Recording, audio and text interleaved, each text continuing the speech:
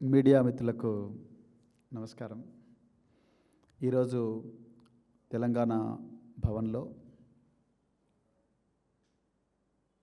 తెలంగాణలో జర్నలిస్టుల మీద అదేవిధంగా నిజాన్ని చెప్పడానికి ప్రతిరోజు కూడా ప్రయత్నం చేస్తున్న సోషల్ మీడియా యాక్టివిస్టుల మీద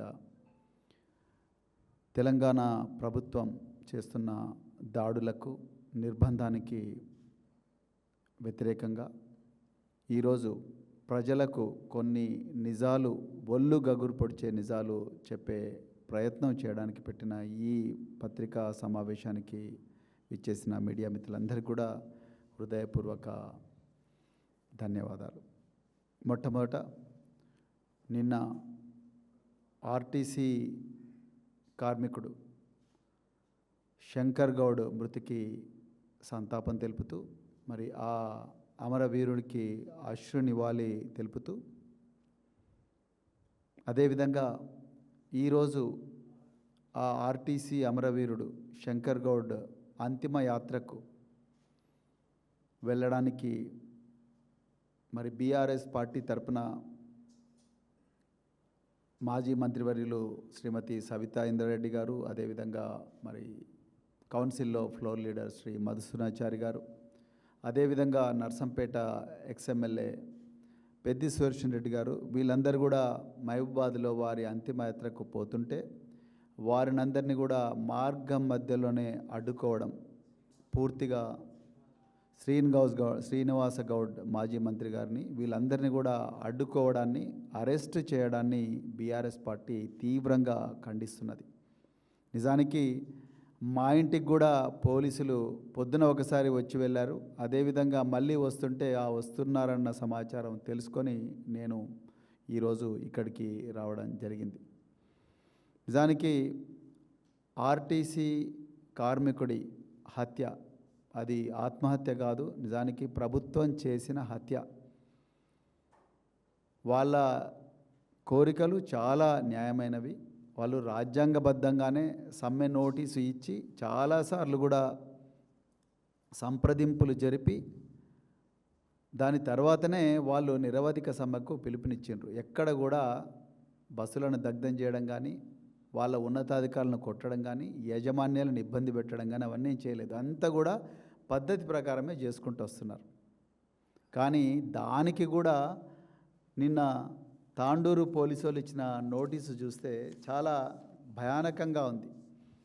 ఆ నోటీస్ ఏం చెప్తుందంటే, తాండూరు పట్టణ పరిధిలో గల టెంట్ హబ్ షాపు ఓనర్లు, ఫంక్షన్ హాల్ ఓనర్లు, కమ్యూనిటీ కన్వెన్షన్ హాల్ ఓనర్లు మరియు అసోసియేషన్కి సంబంధించిన వ్యక్తులందరికీ తెలియజేయమనగా, ప్రస్తుతం ఆర్టీసీ కార్మికుల సమ్మె నడుస్తున్నది. ఇట్టి సమ్మె పూర్తిగా చట్ట విరుద్ధమైనది మరియు గవర్నమెంట్కి వ్యతిరేకమైనది. చూడండి వీళ్ళ పదజాలం. ఇట్టి సమ్మె పూర్తిగా చట్ట విరుద్ధమైనది మరియు గవర్నమెంట్కి వ్యతిరేకమైనది. ఇట్టి సమ్మెకు ఎలాంటి పర్మిషన్ లేదు.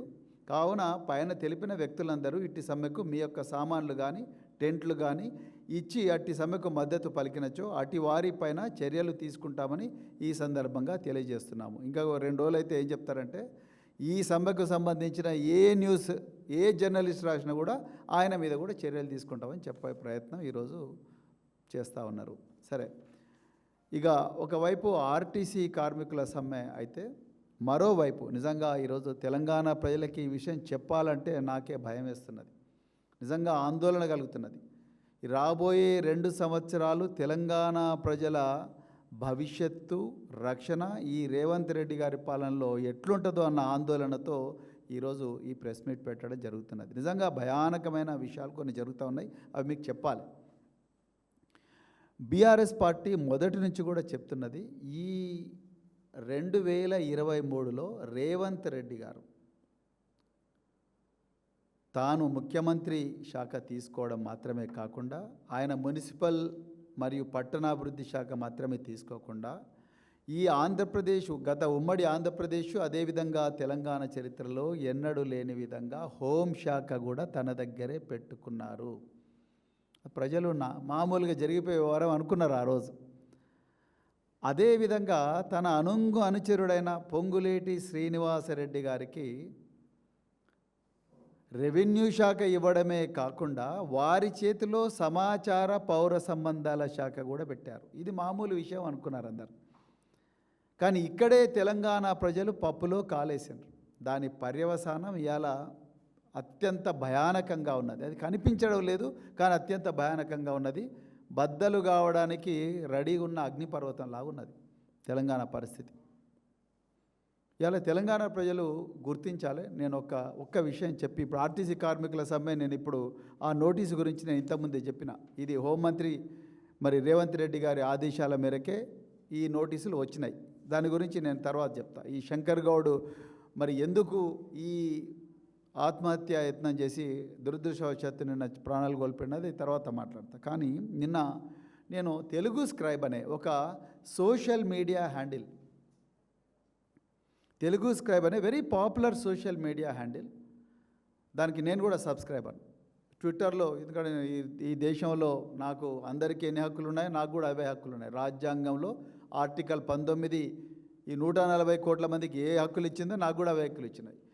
తెలుగు స్క్రైబ్ అనే ఒక సోషల్ మీడియా హ్యాండిల్, చాలా పాపులర్ సోషల్ మీడియా హ్యాండిల్. ఆ సోషల్ మీడియా హ్యాండిల్లో నేను ఒక న్యూస్ చూసిన. వాళ్ళకు తెలంగాణ ఇంటెలిజెన్స్ డిపార్ట్మెంట్ నుంచి ఒక నోటీస్ వచ్చిందంట. అంటే వాళ్ళు ట్విట్టర్కి పంపించిండ్రు, అంటే ట్విట్టర్ అంటే ఎక్స్, ట్విట్టర్కి పంపించిండ్రు. ఆ ట్విట్టర్ నుంచి వీళ్ళకు నోటీస్ వచ్చింది.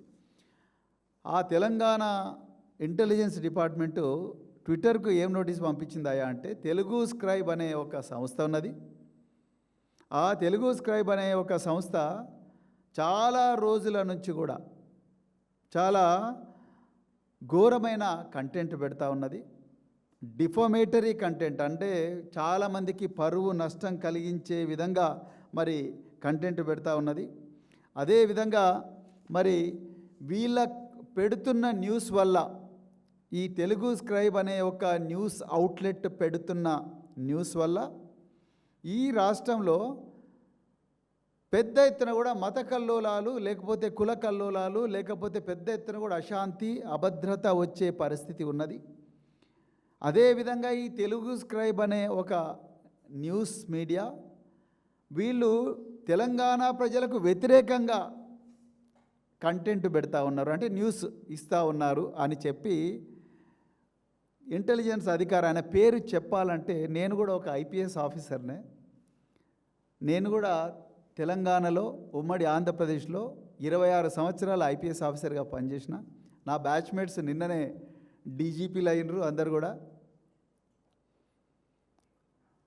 ఆ డిపార్ట్మెంట్లో పనిచేసిన అధికారిగా నేను ఆయన పేరు చెప్పాలంటే నాకు భయం వేస్తున్నది. అంటే ఆయన మీద కోపంతో కాదు, ఒక ఆఫీసర్ను రేవంత్ రెడ్డి, అయ్యా రేవంత్ రెడ్డి గారు దయచేసి ఆలోచన, మీరు ఏం చేస్తున్నారో నాకు తెలియదు, కానీ మీరు చాలామంది ఐపీఎస్ ఆఫీసర్లను వాళ్ళ ప్రాణాలను ప్రమాదంలో నెడుతూ ఉన్నారు.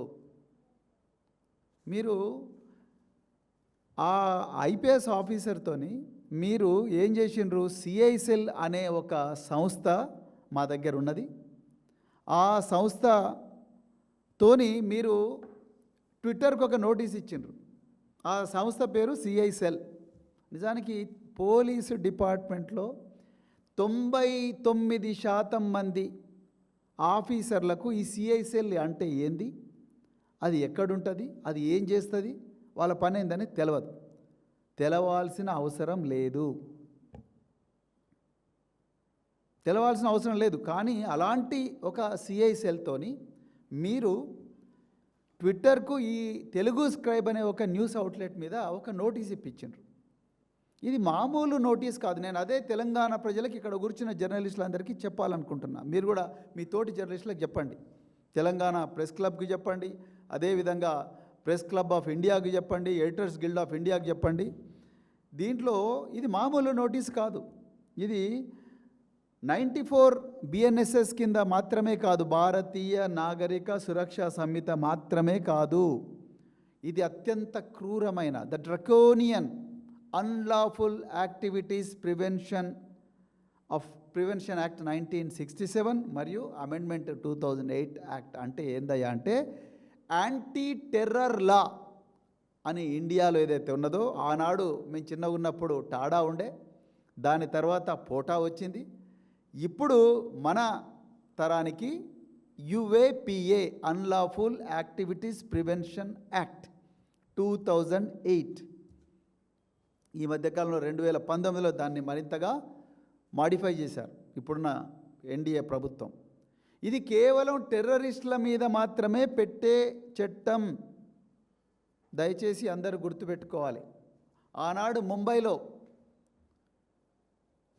ముంబై నగరం మీద కసబ్ మరియు 10 మంది తీవ్రవాదులు పాకిస్తాన్ నుండి వచ్చి ముంబైలో దాడులు చేసి దాదాపుగా 400 మందిని చంపితే ఆనాడు పెట్టిన ఒక ఎక్స్పర్ట్ కమిటీ దీన్ని మాడిఫై చేయాలి. 1967లో వచ్చిన ఈ చట్టాన్ని మాడిఫై చేసి దేశంలో ప్రజల భద్రత, ప్రజల ధనమాన ప్రాణాలను కాపాడాలి, ఈ దేశ సార్వభౌమాధికారాన్ని కాపాడాలి.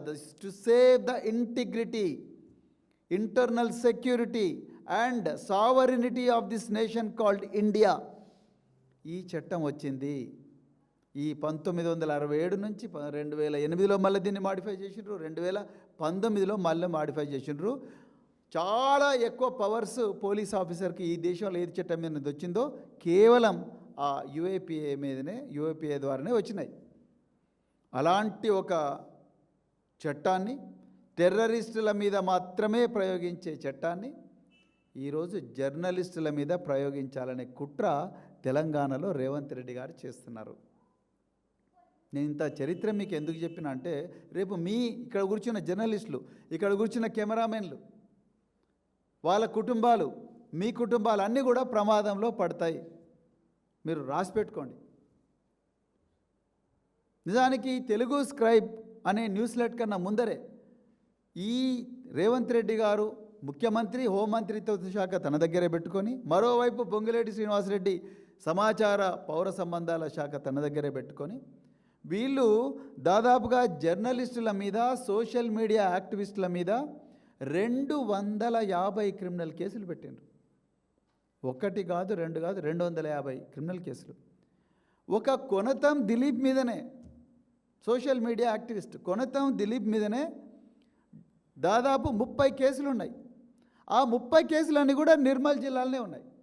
నిర్మల్ జిల్లాలోనే అడవులు ఉన్నాయి. మీరు ఈ పాయింట్స్, మీరు డాట్స్ కనెక్ట్ చేసుకుంటేనే మీకు అర్థమవుతుంది. ఆయన ఉండేది హైదరాబాద్ గచ్చిబౌలి ఉంటాడు ఎక్కడో. ఆ కొనతం దిలీప్ మీద నిర్మల్ జిల్లాలోనే 30 కేసులు ఉన్నాయి. ఆయన అడవుల మధ్యల నుంచి పోవాలి. అక్కడ రకరకాల పోలీస్ స్టేషన్స్ ఉంటాయి. మామ్డా అని, లేకపోతే పెంబి అని, లేకపోతే నార్లాపురం, ఇంకా ఎన్నో దట్టమైన అడవులల్లో పోలీస్ స్టేషన్లు ఉంటాయి నిర్మల్ జిల్లాలో. మరి నిర్మల్ జిల్లాలోనే 30 కేసులు పెట్టిండ్రు. అదేవిధంగా ఈ తెలుగు స్క్రైబ్ మీద 70 కేసులు పెట్టిండ్రు. ఇక అవన్నీ తర్వాత ఈ కొనతం దిలీప్ మీద అయితే వ్యవస్థీకృత నేరం, అంటే ఆర్గనైజ్డ్ క్రైమ్, మాఫియాలు, డ్రగ్ లార్డ్స్ మీద పెట్టే కేసు ఈ కొనతం దిలీప్ మీద పెట్టిండ్రు. అదేవిధంగా సోషల్ మీడియా యాక్టివిస్టుల మీద SC/ST prevention of atrocities case పెట్టిండు. అయినా కూడా నిజంగా ఈ సంస్థలకు మొక్కాలే, వాళ్ళందరూ కూడా అయినా కూడా ఎన్ని కేసులున్నా పర్వాలేదు, తెలంగాణ ప్రజలకు నిజం చెప్పే ప్రయత్నమే వీళ్ళు చేసిండ్రు. ఇలా అన్లాఫుల్ యాక్టివిటీస్ ప్రివెన్షన్ యాక్ట్ అంటే యాంటీ టెర్రర్ లా, ఇండియాలో టెర్రరిస్టులకు వ్యతిరేకంగా ఉండే చట్టం. అది టెర్రరిస్టుల మీద, టెర్రరిస్టు సంస్థల మీద, టెర్రరిస్టులకు సమాచారం సేకరిస్తున్న వాళ్ళ మీద, సమాచారం చేరవేస్తున్న వాళ్ళ మీద, వాళ్ళకు ఫైనాన్స్ చేస్తున్న వాళ్ళ మీద పెట్టాలి ఈ కేసు. ఈ కేసులన్నీ వాళ్ళ మీద పెట్టాలి. కానీ ఈ ఇంటెలిజెన్స్ డిఐజీ గారు సిఐసిఎల్ పెట్టింది అందుకొరకు ఆనాడు ఉమ్మడి ఆంధ్రప్రదేశ్లో, తెలంగాణలో కూడా కంటిన్యూ చేశారు. మేము ఎవ్వరం కూడా ఇంతవరకు IPS ఆఫీసర్ ఉండి కూడా సిఐసిఎల్లోకి ఇంతవరకు మేము పోలే, మాకు తెలియదు అది ఎక్కడ ఉంటుందో కూడా. మరి అలాంటి సిఐసిఎల్ నుంచి నిజాలు ప్రజలకు చేరవేస్తున్న ఒక మీడియా సంస్థ మీద టెర్రరిస్ట్ యాక్ట్ పెట్టే కుట్ర ఎట్లా చేస్తారో ఇవాళ రేవంత్ రెడ్డి గారు మీరే చెప్పాలి. నిజానికి ఒకసారి తెలంగాణ ప్రజలకు నేను చెప్పాలి, ఈ తెలుగు స్క్రైబ్ అనే ఒక మీడియా సంస్థ వాళ్ళు ఇస్తున్న న్యూస్ మీరు చూస్తే పరిశాన తెలివి టెర్రరిస్టా కాదా అనేది మీరే డిసైడ్ చేయాలి తెలంగాణ ప్రజలు. ఈ తెలుగు స్క్రైబ్ అనే ఈ సంస్థ వీళ్ళు ఇది పుష్ప కాదు, కాంగ్రెస్ ప్రభుత్వం చేస్తున్న ఇసుక దందా. రేవంత్ రెడ్డి రాజ్యాంగంలో ఎక్కడ లేని విధంగా 24 గంటల ఇసుక మైనింగ్. మరి కాళేశ్వరం కూలిపోయింది అంటూ ప్రచారం చేస్తున్నారు. మేడిగడ్డ బ్యారేజ్ రిపేర్లు చేయడం లేదు. దానివల్ల అక్కడ ఉన్న ఇసుకను 832 కోట్ల రూపాయల టార్గెట్ రీచ్ కోసం వందలాది లారీలు పెట్టి ఇసుకను సరఫరా చేస్తున్నారని లైవ్గా వీడియోలు తీసి తెలంగాణ ప్రజలకు జరుగుతున్న దోపిడీ గురించి ఈ తెలుగు స్క్రైబ్ అనే మీడియా సంస్థ చెప్పింది. ఇది టెర్రరిజమా? ఒకసారి తెలంగాణ ప్రజలు గుర్తించాలి. మొట్టమొదటిది. ఇంకా రెండవది, Telugu scribe exclusive leak. Gandhi హాస్పిటల్లోనే ఒక్క నెలలోనే 48 మంది పసిపిల్లలను 14 మంది తల్లులను పొట్టన పెట్టుకున్న వైద్యుల నిర్లక్ష్యం. అధికారిక లెక్కల ప్రకారం ఒక్క ఆగస్టు నెలలో ఒక్క గాంధీ ఆసుపత్రిలో వైద్యుల నిర్లక్ష్యం మరియు పౌష్టికాహార లోపం కారణంగా గర్భంలో ఉన్న 14 మంది మహిళలు మరియు 48 మంది అప్పుడే పుట్టిన చిన్నపిల్లలు చనిపోయారు అని తెలంగాణ ప్రజలకు తెలుగు స్క్రైబ్ చెప్పే ప్రయత్నం చేసింది. ఇది టెర్రరిజమా? ఇది ఉగ్రవాదమా? ఇది తీవ్రవాదమా? రెండవది. మూడవది, తెలుగు స్క్రైబ్ ఎక్స్క్లూజివ్. యూరియా అక్రమ రవాణాపై సీక్రెట్ ఇన్వెస్టిగేషన్ ఆపరేషన్. వెలిమినేడులో యూరియా అక్రమ రవాణా దందా. నకిరేకల్ నియోజకవర్గం చిట్యాల మండలం వెలిమినేడులో PACS అంటే ప్రాథమిక agriculture cooperative societies black market urea దందా. రైతులకు ఇవ్వవలసిన యూరియాను DEF యాడ్ బ్లూ అనే ప్రైవేట్ కంపెనీకి PACS చైర్మన్ రఘుమారెడ్డి ఆదేశాలతో అక్రమంగా విక్రయిస్తున్నారని ఆరోపణలు. దీనిపై పూర్తి విచారణ జరిపి PACS చైర్మన్ రఘుమారెడ్డిపై కఠిన చర్యలు తీసుకోవాలని డిమాండ్ చేసిన BRS మాజీ ఎమ్మెల్యే చిరుమర్తి లింగయ్య ఆధారాలతో సహా తెలుగు స్క్రైబ్ బయటపెట్టింది. ఇది టెర్రరిజమా? ఇది ఉగ్రవాదమా? ఇది తీవ్రవాదమా? ఇది వ్యవస్థీకృత నేరమా? మూడవది. నాలుగవది, Telugu scribe exclusive big breaking news. Hydraa పేరుతో కోట్ల రూపాయలు డిమాండ్ చేస్తూ బెదిరింపులకు పాల్పడుతున్న రేవంత్ అనుచరుడు. నేను అడిగినన్ని కోట్లు ఇవ్వకపోతే మీ ఇంటి మీదకి హైడ్రా పంపించి మొత్తం కూలగొట్టిస్తా అంటూ రేవంత్ రెడ్డి అనుచరుడు బెదిరింపులు. నా వెనక రేవంత్ రెడ్డి, మంత్రులు సీతక్క, శ్రీధర్ బాబు, దామోదర్ రాజ నరసింహ, PCC అధ్యక్షుడు మహేష్ గౌడ్, జగ్గారెడ్డి ఉన్నారు అని చెప్తున్నాడు. Telangana food corporation chairman, TPCC general secretary MA Faheem బెదిరింపులు తట్టుకోలేక లేఖ రాసిన అమీన్పూర్ వెల్ఫేర్ అసోసియేషన్. ఒకవైపు హైడ్రా పేరుతో డబ్బులు అడిగినా, బెదిరింపులకు పాల్పడినా కఠిన చర్యలు తీసుకుంటామని నీతులు చెప్తున్న హైడ్రా కమిషనర్. మరోవైపు స్వయంగా రేవంత్ రెడ్డి అనుచరుడు డబ్బులు అడుగుతూ ఇవ్వకపోతే మీ మీదకు హైడ్రా పంపుతానని మరి బెదిరింపులకు చోద్యం చూస్తున్న హైడ్రా అధికారులని ఆధారాలతో సహా తెలుగు స్క్రైబ్ అనే న్యూస్ అవుట్లెట్ బయట పెట్టింది. ఇది టెర్రరిజమా? ఇది ఉగ్రవాదమా? నిజానికి ఇవాళ ఇంకొక విషయం నేను మర్చిపోయిన ముందరనే చెప్పడం. ఇవాళ మన్నె క్రిషాంక్ అని BRSలో సోషల్ మీడియా యాక్టివిస్టు, కోఆర్డినేటర్. మనం ఇక్కడ మాట్లాడుతుండగానే కూకట్పల్లి పోలీసులు ఆయనను రాత్రి అక్రమంగా అరెస్ట్ చేసి ఇవాళ మేజిస్ట్రేట్ ముందర ప్రొడ్యూస్ చేస్తూ ఉన్నారు. ఆయన మీద, ఆయన భార్య మీద కూడా ఈ కాంగ్రెస్ వాళ్ళందరూ కూడా విపరీతంగా సోషల్ మీడియా వేదికగా దాడులు చేస్తూ ఉన్నారు.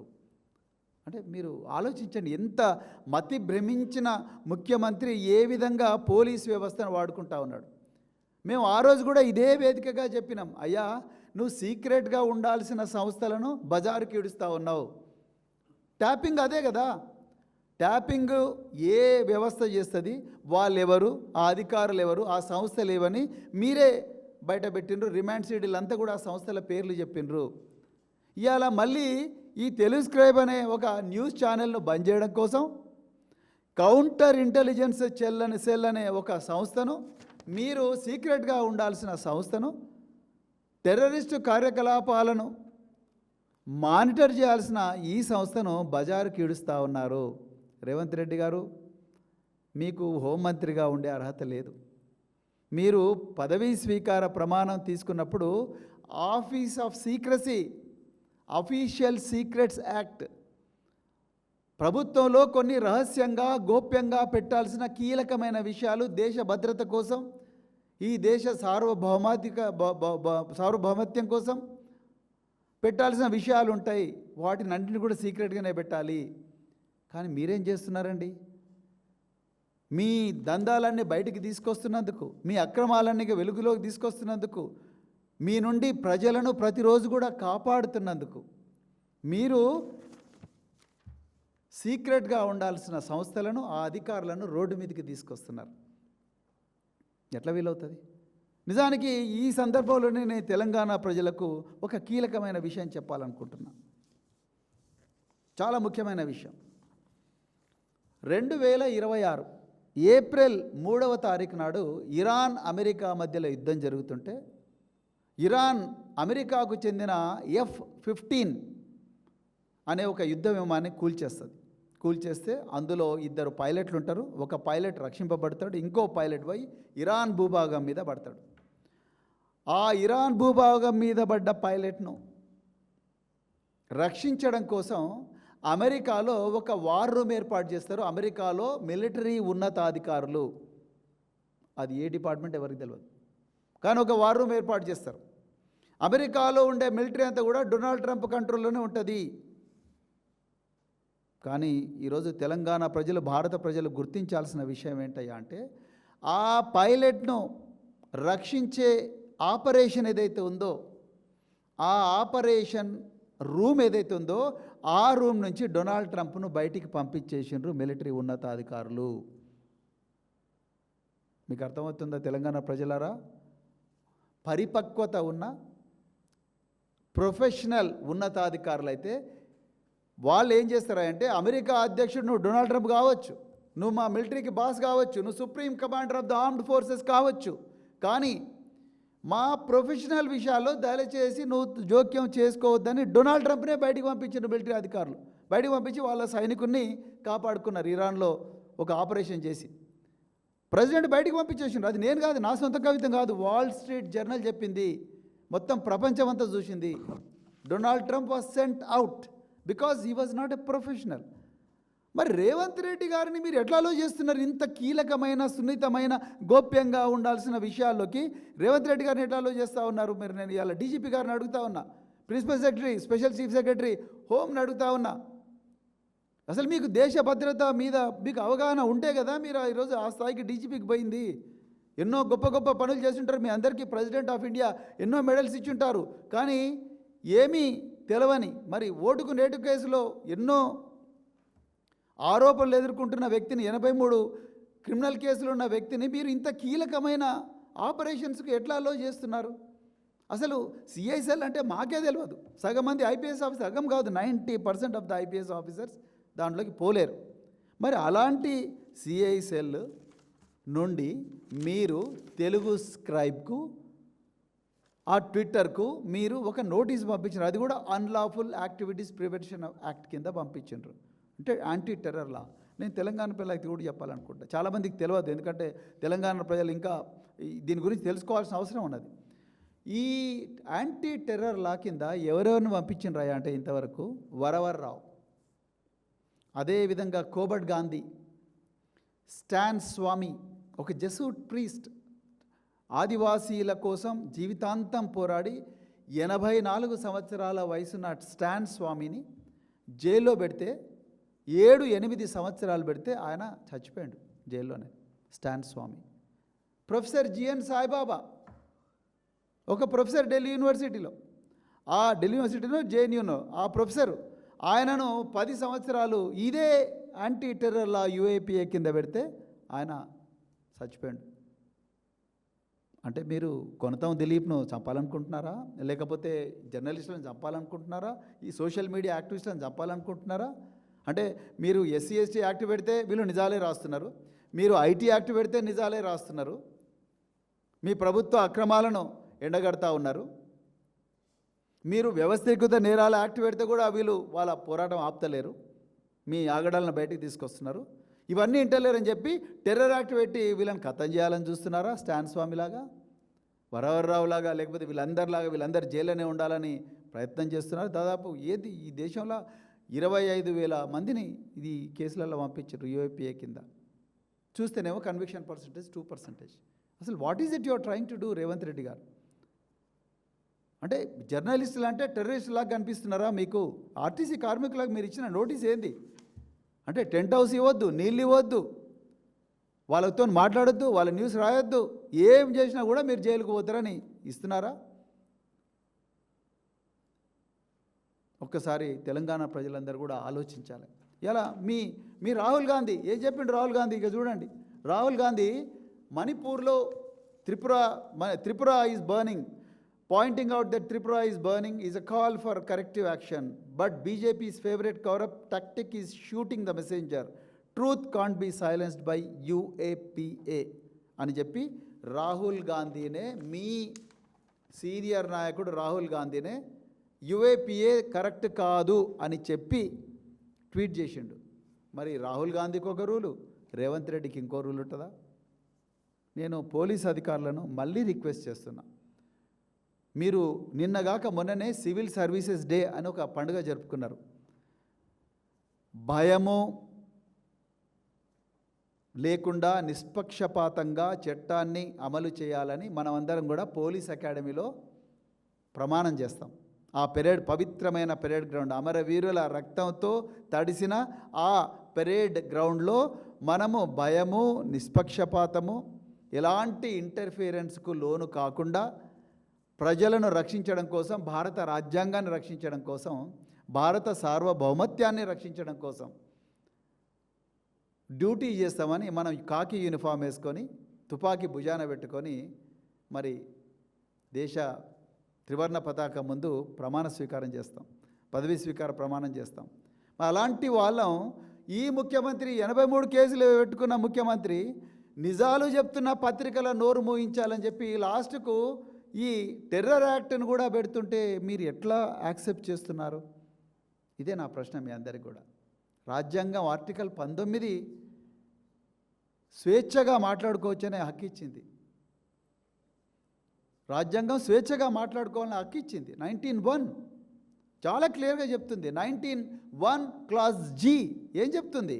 ఈ దేశంలో జర్నలిస్ట్ పని ఎవరైనా చేసుకోవచ్చు. జర్నలిస్టులు, ఈవెన్ టెర్రరిస్టులను కూడా ఇంటర్వ్యూ చేయొచ్చు, మావోయిస్టులను ఇంటర్వ్యూ చేయొచ్చు, తీవ్రవాదులను ఇంటర్వ్యూ చేయొచ్చు. వాళ్ళకి ఆ సోర్సు ఎక్కడి నుంచి వచ్చింది, వాళ్ళు ఎక్కడికి ఆ సమాచారం వచ్చింది, వాళ్ళు ఏ విధంగా ఇదంతా ఇన్వెస్టిగేషన్ చేశారు అనేది జర్నలిస్టులకే తెలవాలి, మిగతా వాళ్ళకి తెలియదు. నిజాన్ని నిర్భయంగా జర్నలిస్టులు చెప్పొచ్చు. మరి అలాంటి పత్రికల మీద మీరు టెర్రర్ యాక్ట్ పెట్టడం ఏంటి? దీని మీద ఒక్కసారి తెలంగాణ ప్రజలు ఆలోచించాలి. ఈ యూఏపీఏ అనేది ఒక్కసారి జైలుకు పోతే 8 సంవత్సరాలు 9 సంవత్సరాలకు కూడా బయటికి రారు జనాలు. ఎందుకంటే బెయిల్ అనే ప్రొవిజన్స్ చాలా కఠినతరంగా ఉంటాయి. మరి అలాంటి పరిస్థితుల్లో ఇలాంటి టెర్రర్ కేసులు పెట్టడం పూర్తిగా మేము ఖండిస్తున్నాం. అదేవిధంగా గతంలో కూడా జర్నలిస్టులు మరి రేవతి, తన్వి యాదవ్, సరిత, విజయారెడ్డి వీళ్ళందరి మీద కూడా మొన్నే క్రిషాంక్, ఇప్పుడు ఈరోజు మనం ఇక్కడ మాట్లాడుతుంటేనే క్రిషాంక్ అలా పోలీసు వాళ్ళు తీసుకుపోయి కోర్టుల ముందర పెట్టిండ్రు. దిలీప్ కొనతం వీళ్ళందరి మీద ఇంకెందరో మంది. ఇంకా ముఖ్యంగా ఇంకొక విషయం చెప్పాలి, నల్లబాలు అనే Telangana journalist, social media activist వాళ్ళ ఇంట్లో అన్నం తింటుంటే ప్లేట్ను తన్ని ఆ తల్లిని భార్యను కొట్టి గుంజుకొని పోయి 16 రోజులు కరీంనగర్ జైల్లో పడేసిండ్రు. ఆయన చేసిన తప్పిందయ్యా? రైతులకు రైతు బంధు రావడం లేదని ఒక ట్వీట్ వస్తే ఆ ట్వీట్ను రీట్వీట్ చేసిండు, తన సోషల్ మీడియాలో స్టేటస్ పెట్టుకున్నాడు, అంతే. ఆయనను తీసుకుపోయి 16 రోజులు జైల్లో పడేసిండ్రు. బయటికి వచ్చిన తర్వాత గౌరవ తెలంగాణ హైకోర్టు అతనికి ఫేవరబుల్గా, ఇది తప్పు, రాజ్యాంగం ఇతనికి ఆర్టికల్ 19 ప్రకారం ఇచ్చిన హక్కును ఇతను మరి వాడుకుంటున్నాడు, ఇతను ఏ పరిస్థితుల్లో కూడా తప్పు చేయలేదని చెప్పి కోర్టు తీర్పిస్తే ఈ దుర్మార్గమైన రేవంత్ రెడ్డి ప్రభుత్వం సుప్రీంకోర్టుకు పోయింది. సుప్రీంకోర్టుకు పోతే సుప్రీంకోర్టు ఏం చెప్పింది? చెంప చెల్లు అనిపించింది తెలంగాణ గవర్నమెంట్ది. హైకోర్టు ఇచ్చిందే కరెక్టు, నల్లబాలు తప్పు చేయలేదు, ఇంకా ముందు కూడా ఏ సోషల్ మీడియా యాక్టివిస్ట్ మీద కూడా మీరు కేసు పెట్టకూడదు, ఒకవేళ కేసు పెట్టాలనుకుంటే 8 గైడ్లైన్స్ ఫాలో అయ్యే కేసు పెట్టాలి అని చెప్పి 8 గైడ్లైన్స్ ఇస్తే ఆ 8 గైడ్లైన్స్, తెలంగాణ కేసు 8 గైడ్లైన్స్ చూసి కర్ణాటక వాళ్ళు ఏమో సర్క్యులర్ ఇస్తారు అందరు పోలీసులకు, తెలంగాణ పోలీసులు సర్క్యులర్ ఇవ్వరు.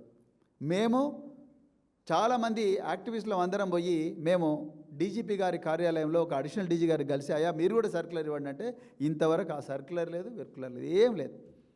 ఒకటే రేవంత్ రెడ్డి గారికి ఒకటే ఉన్నది, నిజాలు ఎవరు చెప్పొద్దు, నాకు వ్యతిరేకంగా ఎవరు మాట్లాడొద్దు, మేమేమైనా చేసుకుంటాం, మేము ఎన్ని దందలను చేస్తాం, 5 లక్షల కోట్ల ఆస్తిని కాజేస్తాం, వట్టినాగులపల్లి చేస్తాం, నాదర్గులు చేస్తాం, లగచెర్ల చేస్తాం, వెలుగు మట్లను ఖతం చేస్తాం, తెలంగాణను గాజాగా మారుస్తాం, రైతులను ఇబ్బంది పెడతాం, యూరియా ఇవ్వం,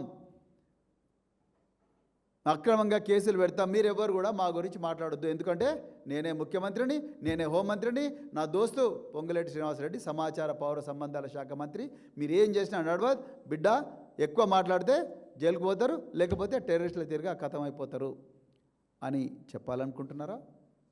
అందుకొరకే నేను తెలంగాణ ప్రజలందరికీ కూడా చేతులు జోడించి మళ్ళొకసారి చెప్తున్నా, ఇది చాలా తీవ్రమైన సమస్య, చాలా మన ప్రాణాలన్నీ కూడా ప్రమాదంలో పడ్డాయి. ఇది కేవలం ఒక తెలుగు స్క్రైబ్ అనే న్యూస్ పేపర్ కాదు, రేపు ఈనాడుకు రావచ్చు, రేపు ఆంధ్రజ్యోతి రావచ్చు, నమస్తే తెలంగాణ రావచ్చు, లేకపోతే మీ తెలంగాణ టుడేకి రావచ్చు, టీ న్యూస్కి రావచ్చు, లేకపోతే ఇంకెవరికైనా ఇంకా సోషల్ మీడియా యాక్టివిస్టులు ఎవరికైనా రావచ్చు.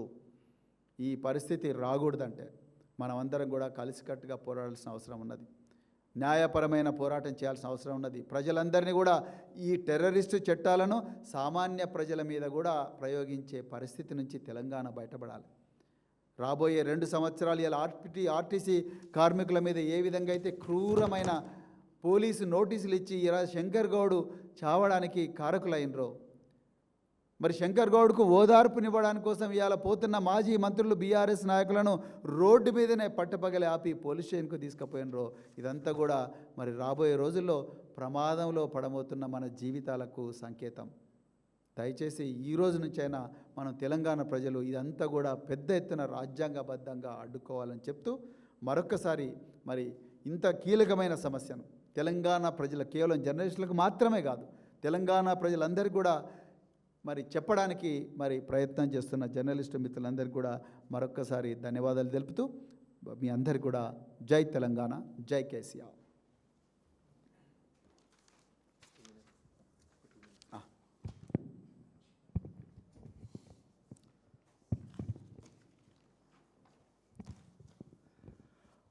అడ్డగోలు హామీలు గ్యారంటీలతోని అధికారంలోకి వచ్చినటువంటి కాంగ్రెస్ పార్టీ హామీలని నిలబెట్టుకోమని గట్టిగా ప్రశ్నించినందుకు మొదట 1 రోజుల సమయం అన్నారు, తర్వాత 100 రోజులు అన్నారు.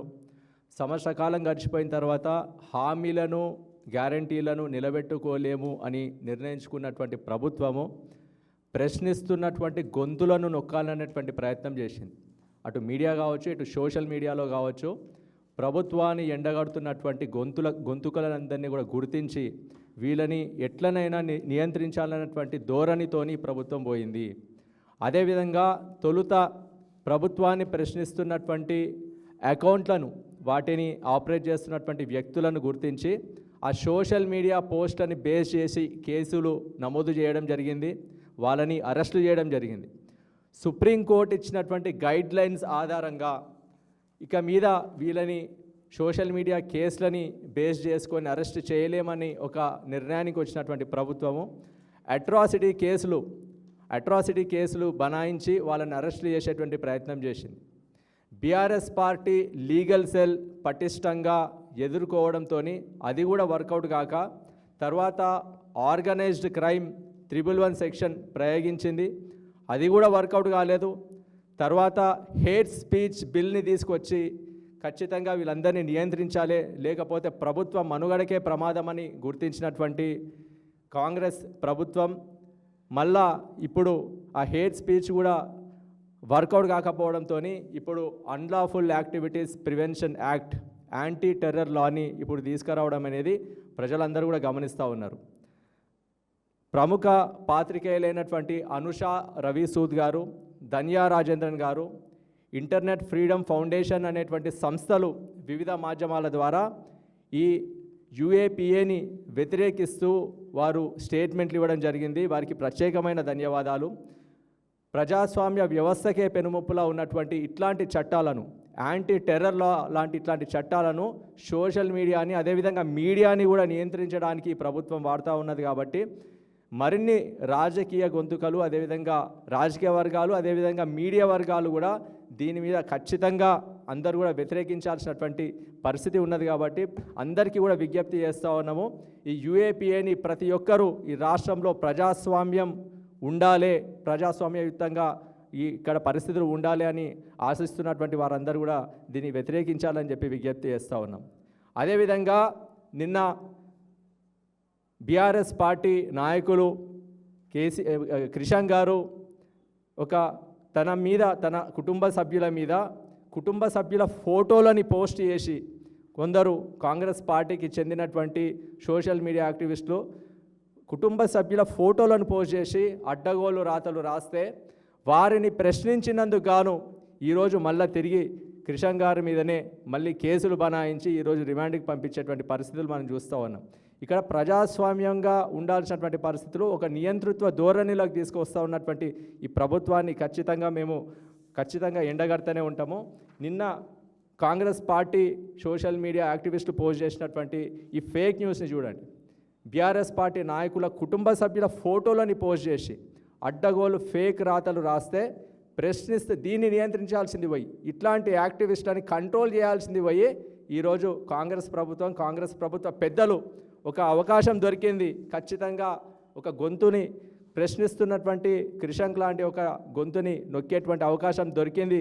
కాబట్టి కేసులు బనాయించి సెక్షన్లు బనాయించి ఈరోజు రిమాండ్కి పంపించేటువంటి ప్రయత్నం చేయాలని చెప్పి ఇలా చూస్తూ ఉన్నారు. ఖచ్చితంగా పరిస్థితులందరూ కూడా ప్రజలు గమనిస్తూ ఉన్నారు. యూఏపీఏ లాంటి చట్టాలను తీసుకొచ్చి రాష్ట్రంలో ఒక నియంతృత్వ ప్రభుత్వాన్ని నడిపించాలంటూ చూస్తున్నటువంటి కాంగ్రెస్ ప్రభుత్వం స్వతంత్ర భారతదేశ చరిత్రలో ఏ రాష్ట్ర ప్రభుత్వం సోషల్ మీడియాని నియంత్రించడానికి ఇట్లాంటి చట్టాలను ఇప్పటివరకు తీసుకురాలేనటువంటి ప్రభుత్వాలను చూసినాము. మొట్టమొదటి ఆ ఘనత ఈ కాంగ్రెస్ ప్రభుత్వానికే దక్కుతుంది. ఇది ప్రజాస్వామ్యానికే పెనుముప్పుగా ఉన్నటువంటి పరిస్థితిని అందరూ కూడా గమనించి దీని అందరం కూడా వ్యతిరేకించాలని చెప్పి విజ్ఞప్తి చేస్తూ ఉన్నాం. ఒక్కటే విషయం ఏంటంటే, గత మాసంలో మున్సిపల్ ఎలక్షన్ల సందర్భంగా మరి టీపీసీసీ వర్కింగ్ ప్రెసిడెంట్ జగ్గారెడ్డి గారు బూత్ నెంబర్ 34 దగ్గర చాలా ఘోరంగా పోలీసులను శివకుమార్ యాదవ్ అనే ఒక అద్భుతమైన inspector, presidents police medal for gallantry తీసుకున్న ఒక ఇన్స్పెక్టర్, ఆయన మీద నానా బూతులు, అంటే అది చెప్పడానికి వీలు కాదు ఇక్కడ. మరి అలాంటి శివకుమార్ యాదవ్ మీద తిట్టిన జగ్గారెడ్డి గారినేమో ఇంతవరకు ముట్టుకోలేదు కనీసం. ఇలా క్రిషాంక్ గారు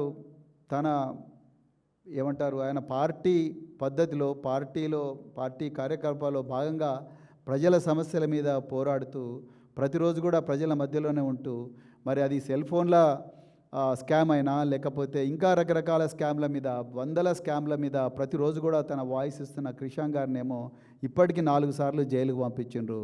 కానీ అదే పోలీసుల మీద పెట్రోల్ పోసి చంపుతాను కేటీఆర్ గారిని అని, హరీష్ రావు గారిని పెట్రోల్ పోసి చంపుతా అని అన్న మైనంపల్లి హనుమంతరావు మీద ఇంతవరకు కేసు కాలేదు. అదేవిధంగా పోలీసుల మీ యూనిఫామ్ తీసి కొడతాను, మీరు అమ్మకు పుట్టినరా అయ్యకు పుట్టినరా అని చెప్పి బహిరంగంగా తిట్టిన జగ్గారెడ్డి గారి మీద ఇంతవరకు పోలీసులు ఏ చర్య తీసుకోలేదు. కానీ ప్రజల సమస్యల మీద పోరాడుతున్న క్రిషాంక్ గారి మీద ఇప్పటికీ ఎన్నోసార్లు జైలుకు పంపించారు.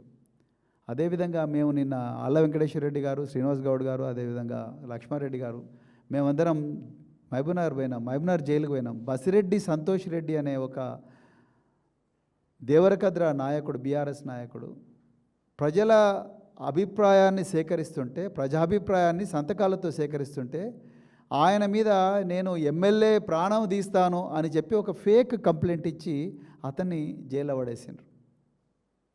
అంటే ఎంత ఘోరమైన దుర్మార్గం, దౌర్జన్యం, నిరంకుశత్వం, పీడన, ఎట్లా ఏ బేసిస్ మీద రేవంత్ రెడ్డి గారు మీరు ప్రతిసారి కూడా ప్రజాపాలన అంటున్నారు, ప్రజాప్రభుత్వం అంటున్నారు, ఇందిరమ్మ పాలన అంటున్నారు. అసలు దీనికి పొంతన ఉన్నదా? ప్రజాప్రభుత్వం ఎట్లయితే ఇది ప్రజల దోపిడీ చేస్తున్న ప్రభుత్వం, ప్రజాపాలన ఎట్లయితే ఇది ప్రజల మీద ప్రతీకార పాలన. వెలుగుమట్లలో గాజలాగా తయారు చేస్తారు కదా వెలుగుమట్లను, మరి నాదర్గులు ఎట్లా పోయారు మీరు? ప్రజలకు ప్రభుత్వానికి చెందాల్సిన భూమి నాదర్గులు 373 ఎకరాలను మీ ఓపెన్గా మీ కొలీగ్ పొంగులేటి శ్రీనివాసరెడ్డి గారు ఓపెన్గా కబ్జా చేయాలని చూస్తూ ఉన్నారు. ఎట్లా మీరు ప్రజాప్రభుత్వం ఇదంతా కూడా తెలంగాణ ప్రజలందరూ కూడా గమనించాలి. ఇంకొక విషయం నేను నిన్న కూడా చెప్పిన, చాలా రోజులు చెప్తున్నాం, మేడిగడ్డలో అది ఏమంటారు బాంబులు పెట్టి కూల్చారు అన్న ఎఫ్ఐఆర్ ఏదైతే ఉందో దాన్ని ఇంతవరకు మీరు ఇన్వెస్టిగేట్ చేయడం లేదు. ఎందుకు?